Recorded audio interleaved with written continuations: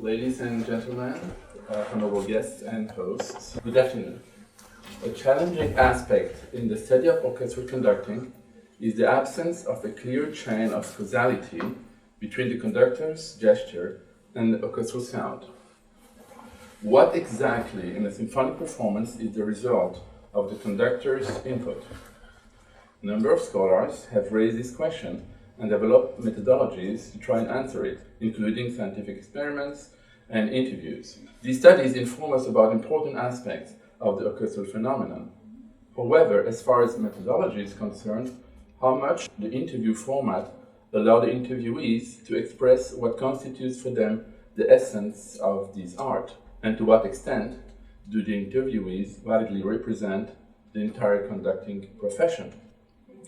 How likely are the above-mentioned experiments to explain real-life situations?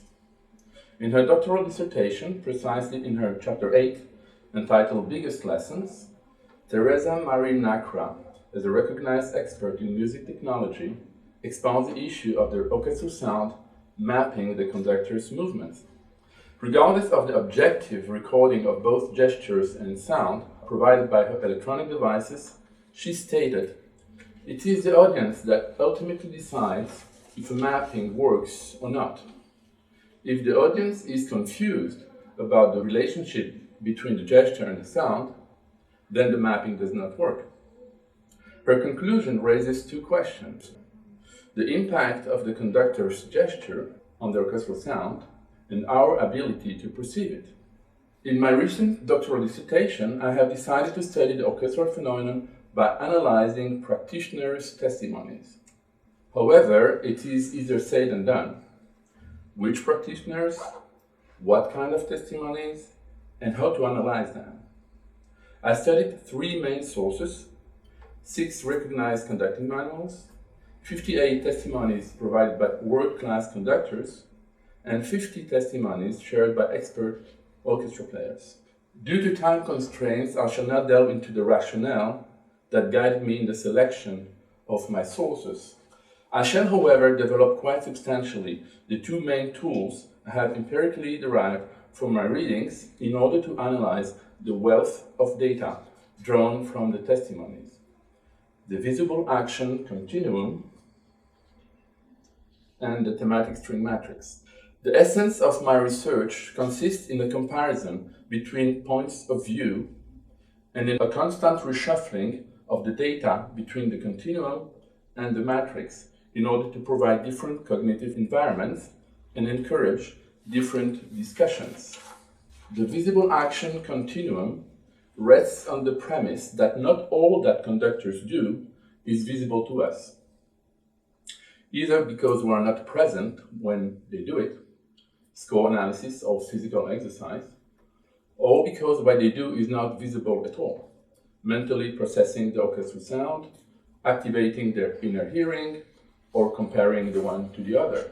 Or yet, because what they do is barely visible and reaches us mostly subliminally: subtle facial expressions, eye gaze, musical attention.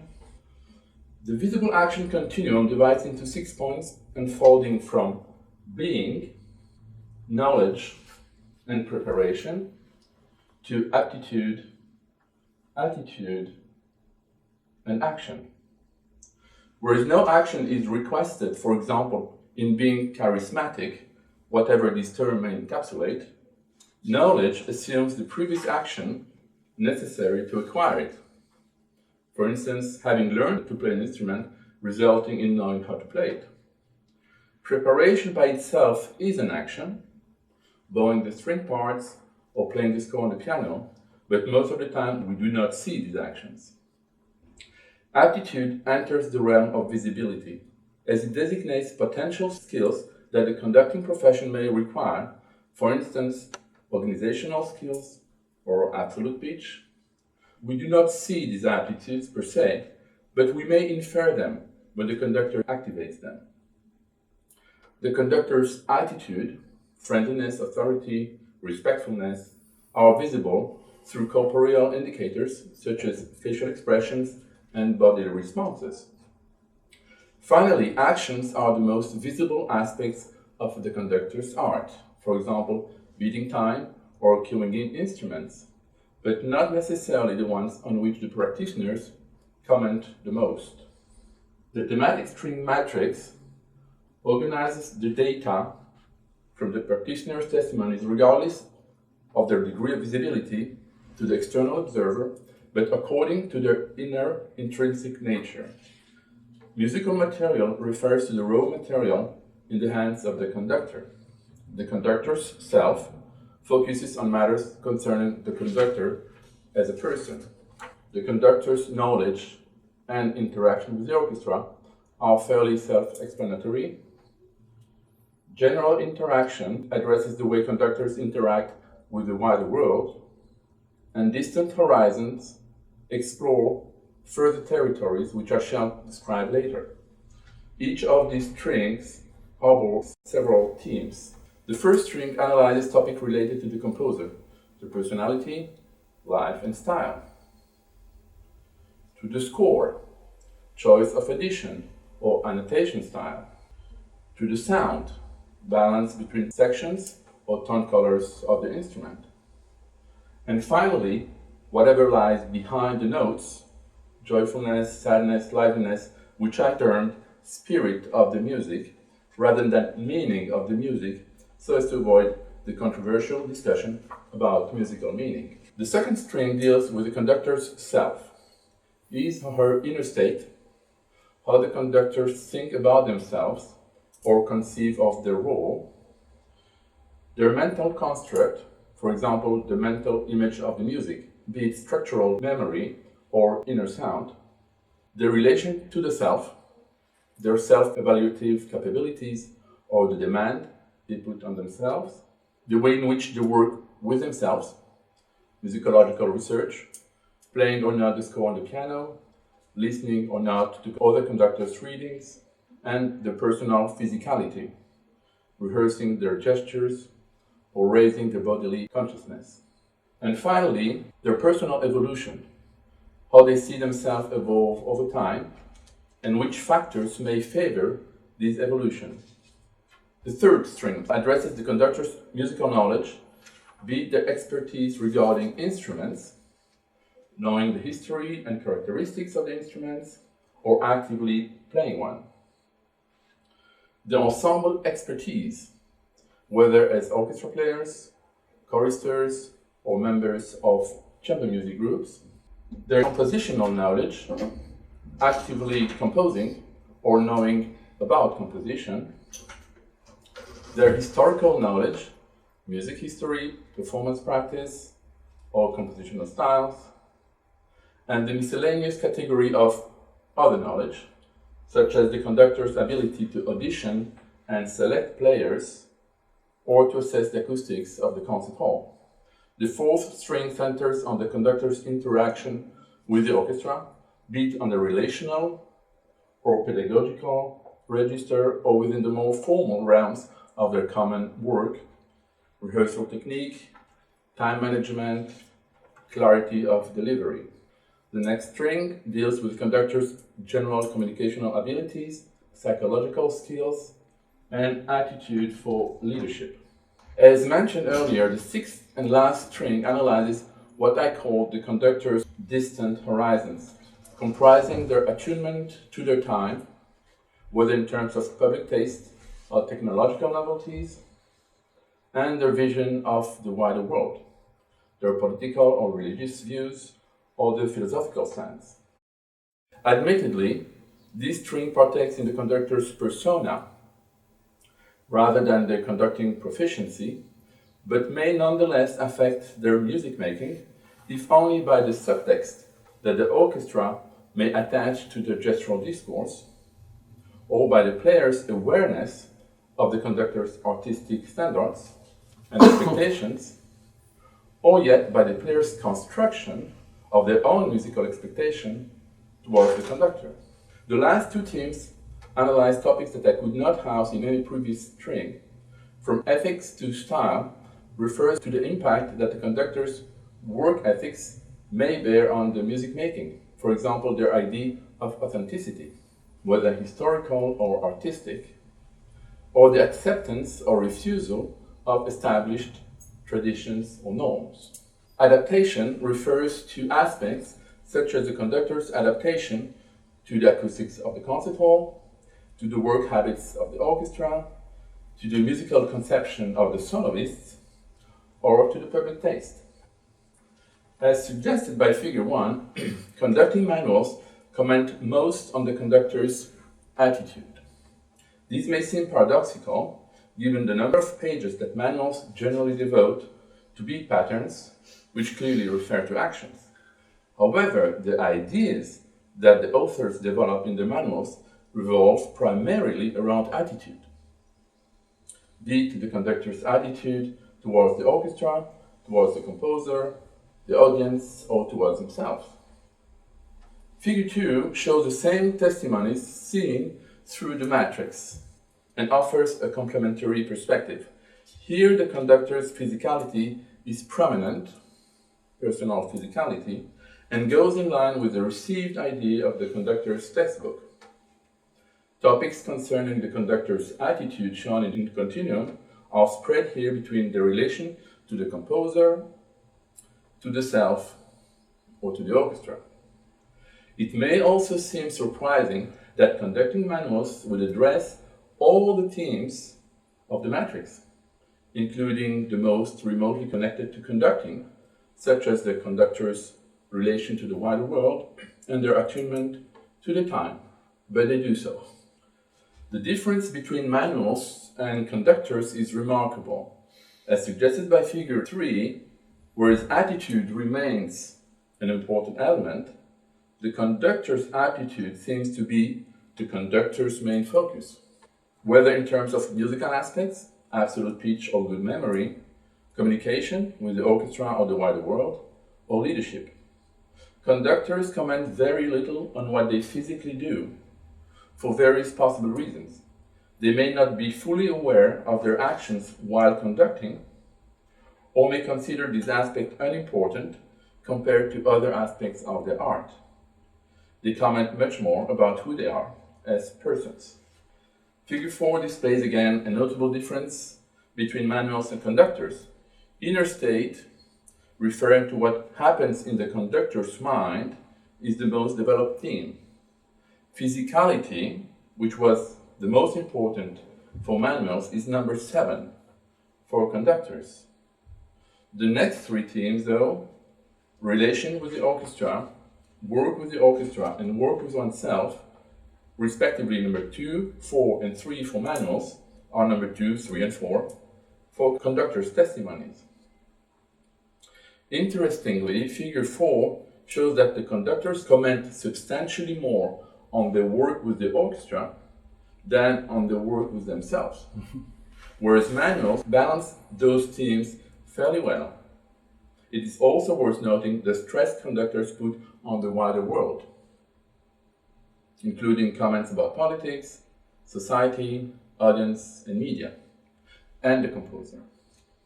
Like manuals, players comment extensively on attitude, mostly on the conductor's attitude towards the orchestra.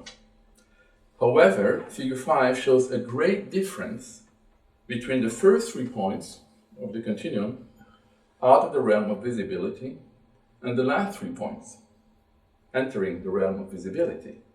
This tendency for players to comment most about what they see and much less about what they may infer is a consistent trait in their testimonies, clearly prioritizing practicality over speculations.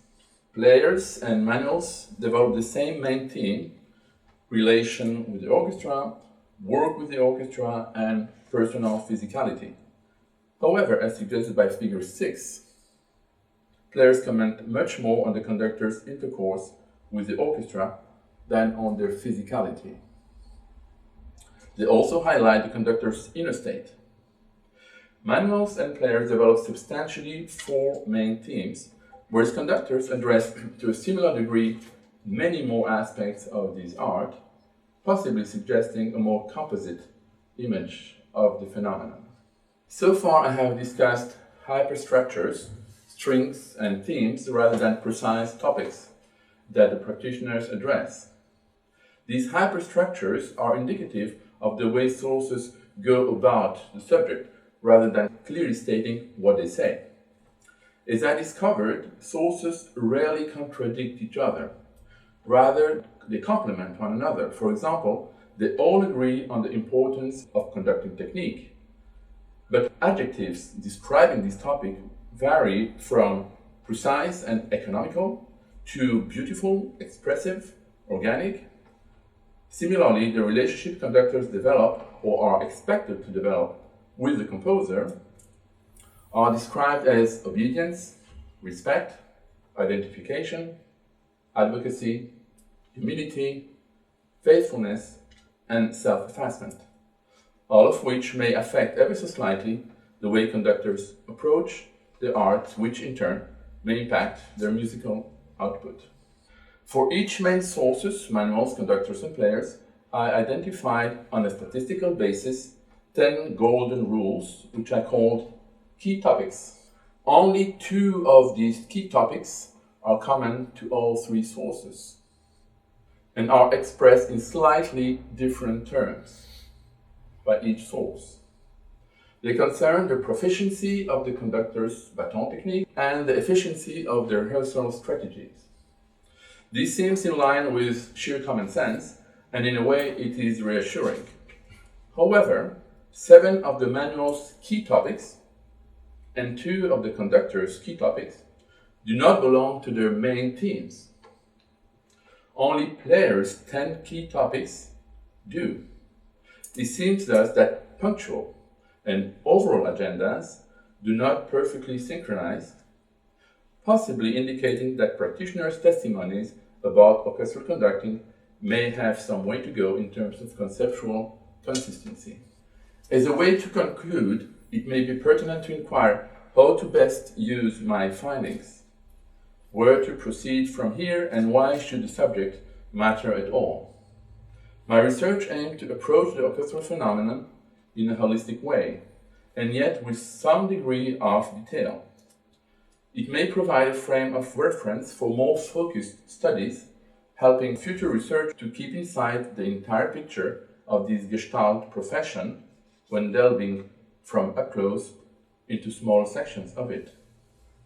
Pedagogues may also benefit from this research when educating young conductors, adapting their priorities and shaping their methods in accordance with testimonies shared by expert practitioners.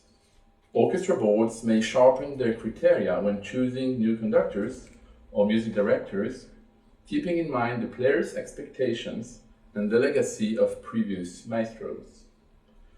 Further research may test my categories, challenging or expanding them, or trying to validate them scientifically. Finally, if our past and future symphonic repertoire matters to us, this research may modestly contribute to designing the profile of excellence for the next generations of conductors, possibly inducing new rehearsal and performance styles, and, with the help of future composers, elicit new sound worlds and renew our symphonic experience. Thank you very much indeed for your attention. Thank you. Fascinating. Thank you very much. I think we've got very short time, so just a few succinct questions. What I do relate to is that different sections of the orchestra do not need the same things at the same moment, and do not express that in the same way. Yeah. Another thing that I noticed in all the testimonies by conductors, however, some of them had quite an extensive experience as chamber music performers. None of them cited this experience as helping them as conductors. Only Abado said, I remember having worked as a chorister in the Vienna boys choir, playing under von Karajan, and that taught me a lot. Only him. Wow. Whereas as a musician, I know how much I owe to my practice of chamber music in my conducting, because it's the primary way that you interact with other people and trying to guess what they need from you and trying to take on board what they propose. And so I was amazed that this conceptual awareness was not there. I would have said first thing for a conductor is to have an ensemble experience, whether as a orchestra player or chamber music. They don't seem very much vocal about that, and that amazes me. Beware of rules, because we all admired Kleiber with his physicality. Do you know about what is called the Kleibergrams? Kleiber, after every rehearsal, went on every stand marking what he wanted them to do. So it's not verbal, it's written. But the player said he was never short of the right words, the right metaphor to tell us exactly what he wanted. So verbal, yes, no, it depends. If there is any lesson that I can draw from my study, is there are no conclusions. There are no rules. And Seiji Ozawa is very, very clear about it. He said, if there is one rule, is that there is no rule. Because things may change from one situation to the other. I remember in one of the books that I read, I think it's the Cambridge Companion to Orchestra, a cello player describing Sir John Barbirolli, fussing, that is term, about every single beat of every single bar, which we all know that is not something we need to do. Well, after 3 hours of that with the Boston Symphony, they all raised and clapped because it was so interesting and it was a tremendous performance. So here's a counterexample. Yeah. So I think the main thing for conductors is to be flexible. That is something that is shared by all sources. Be flexible and be what the situation requires you to be. Whether with the orchestra manners, whether with the soloist, whether with the acoustics, whether with the repertoire, flexibility is golden.